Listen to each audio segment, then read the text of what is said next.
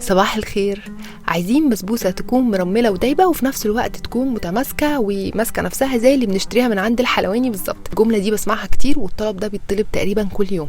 النهارده هنعمل نوعين من البسبوسة الأولى هي البسبوسة التقليدية بتاعتنا القديمة، والبسبوسة التانية هي البسبوسة اللي هي شائعة دلوقتي واللي كل الناس بتعملها واللي أنا عن نفسي بحبها، هي البسبوسة الهشة أو البسبوسة الكاروهات اللي هي بتبقى فيها خطوط من القشطة. بس قبل ما نبتدي الفيديو، لو أول مرة تشوفوني أنا اسمي نادية، ما تنسوش تشتركوا في القناة ولايك وشير لو عجبكم الفيديو. انا مستخدمه تكنيك مختلف شويه في البسبوسه بتاعتي، بيديها لون حلو وبيخليها مرمله ودايبه. في ناس بتستخدم تكنيك اللي هو انها تعمل البسبوسه على السخن، ناس بتعملها على البارد، ناس بتستخدم تكنيك كرمله الحليب البودره. انا هستخدم تكنيك كرمله السكر. هنحتاج كوبايه من السكر ونحط عليه ربع كوبايه من الميه، نحطهم على نار من غير اي تقليب ولا اي حاجه لحد لما ياخدوا لون كراميل مناسب ليكم. اللون اللي حابين تصبغوا بيه البسبوسه هتوصلوا ليه، يعني كراميل غامق كراميل فاتح زي ما يعجبكم. انا كنت بمسح الاطراف كده بفرشه فيها ميه عشان انزل السكر من الاطراف علشان ما يسكرش معايا او الكراميل ما يعملش بلورات من السكر.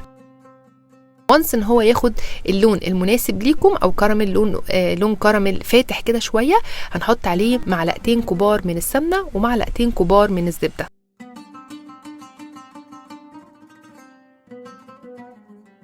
هنحط بعد كده عليهم علبه من القشطه بما يعادل كوبايه معياريه ناقص معلقه كبيره من القشطه وكوبايه الا ربع من الميه. هنقلب بقى المكونات دي كلها مع بعضها لحد لما الكراميل يفك. هو اول ما تحطوا السوائل دي هتلاقوه ماسك كده تحت وبقى عامل يعني كتله من الكراميل. هتقلبه على نار هاديه لحد لما يفك تماما، ما يبقاش فيه اي كتل ولا اي حبوب من الكراميل او السكر.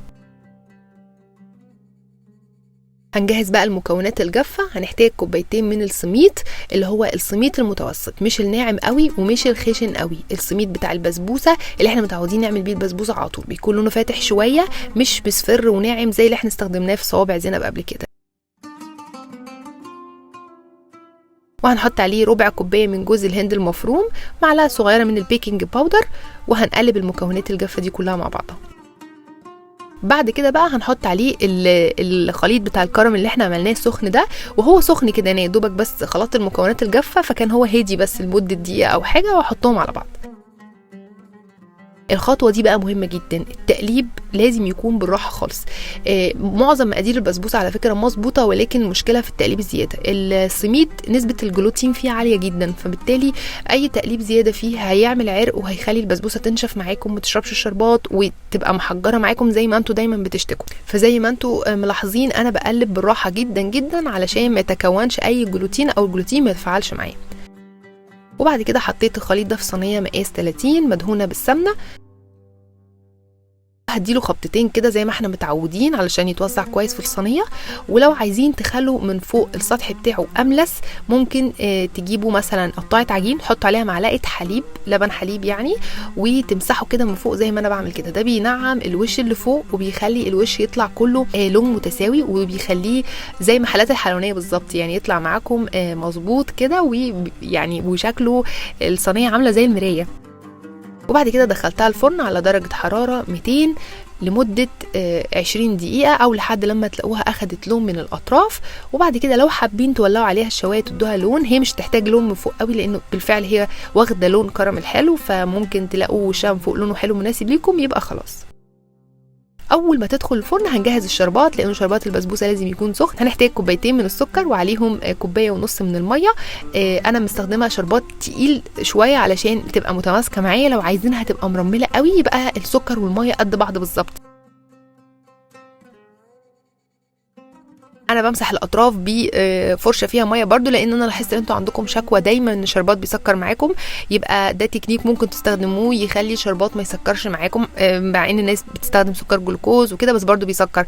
فتمسحوا الاطراف بفرشه فيها ميه، تنزلوا السكر من الاطراف. اول ما بدا يغلي كده حطيت عليه ربع معلقه صغيره من ملح الليمون، وممكن تحطوا عليه عصير نص ليمونه. اديله تقليبه وخلاص، وبعد كده هطفي عليه. احنا مش عايزينه يقعد ومش عايزينه يبقى تقيل. اول ما البسبوسه تطلع من الفرن وهي سخنه على طول هنحط عليها الشربات كل الكميه، يعني نسقيها بالشربات كله ونغطيها ونسيبها تتشرب الشربات. وانا بفضل انها ما تتقطعش الا تاني يوم او على الاقل بعد ساعتين 3 كده، بحيث انها تبقى ماسكه نفسها علشان ما تبقاش يعني دايبه قوي منكم. شايفين الترميله بتاعتها؟ اللون ده هو لون الكراميل اللي احنا عملناه، يعني السميد واخد لون الكراميل شبه البسبوسه اللي بنشتريها من بره كتير يعني. انا عملت صينيتين، صينيه عاليه مرتفعه بضعف المقادير، وصينيه اللي هي بتبقى سمكها زي ما احنا متعودين اللي هي الرفيعه دي. شايفين بقى مرمله ودايبه وفي نفس الوقت متماسكه. انا طبعا سبتها ساعه كده او ساعتين على ما قطعتها، ويعني ممكن تحطوها في التلاجة على فكره نص ساعه تمسك نفسها قبل ما تقطعوها.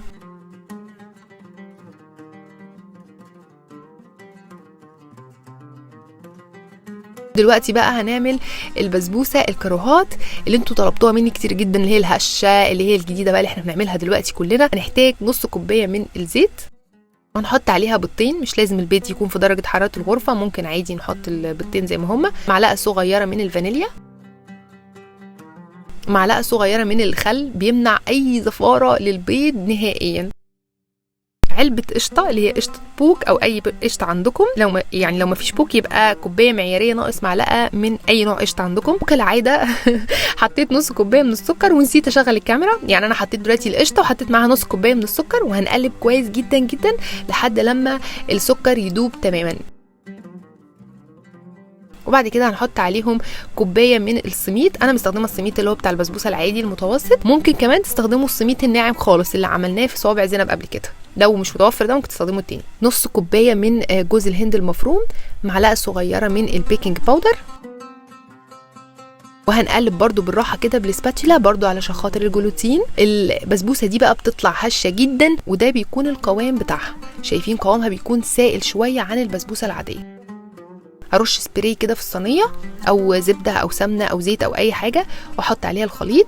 الصينيه اللي انا مستخدماها دي مقاس 22 في 22، يعني صينيه صغيره. يفضل صينيه مربعه او مستطيله عشان نقدر ان احنا نقسمها يعني مربعات. دلوقتي هنديها خطوط من القشطه، ممكن تستخدموا قشطه قمر لانها متماسكه، او تستخدموا القشطه اللي انا عملتها معاكم في فيديو القطايف. القشطه دي عجبت كل الناس اللي جربتها ونالت يعني استحسان واعجاب الجميع فعلا. عملتها بطريقه سهله جدا، مكونات بسيطه. هحط لكم لينك القطايف في صندوق الوصف علشان تعرفوا طريقتها. انا عامله منها كميه وشايلها عندي في الثلاجه، وبستخدمها في كل انواع الحلويات. استخدمت كيس حلواني، وممكن من غير قمع خالص، يعني ممكن بس تقطعوا كيس كده او حتى كيس ثلاجه وتدوها شكل كده المربعات. ودخلتها فرن على درجه حراره 200 لمده من 25 ل 29 دقيقه لحد لما اخدت وش من فوق. دي مش بنولع عليها الشوايه ولا اي حاجه خالص. وسقيتها بنفس الشربات اللي انا سقيت بيه البسبوسه بتاعتي، يعني نفس الشربات الخفيف بتاع البسبوسه. وممكن كمان تحطوا عليها حليب محلى، مش لازم شربات. ممكن تحطوا عليها نوتيلا، ممكن تسكروها باي حاجه تعجبكم، بس الشربات بيخليها مويست او طريه قوي. وده بيكون شكلها النهائي. شايفين دي بقى قوامها هش جدا ومختلف. طبعا القشطه اللي محطوطه معاها دي بتديها طعم ونكهه مميزه جدا. انا متعوده ان انا اعمل دي اكتر من التانية، وانا بصراحه بحس ان دي اخف كتير من التانية اللي هي فيها سمنه كتير. دي بتتعمل بزيت وبتكون خفيفه وهشه جدا كده. معاها شويه كده من الكريمه اللي هي كريمه الخفق، وزينها بالفستق وخلاص. شايفين القوام بتاعها عامل ازاي؟ شايفين طريه كده وهشه خالص ومرمله على الاخر. وبس كده. اتمنى ان الفيديو يكون عجبكم، واشوفكم ان شاء الله المره الجايه في فيديو جديد.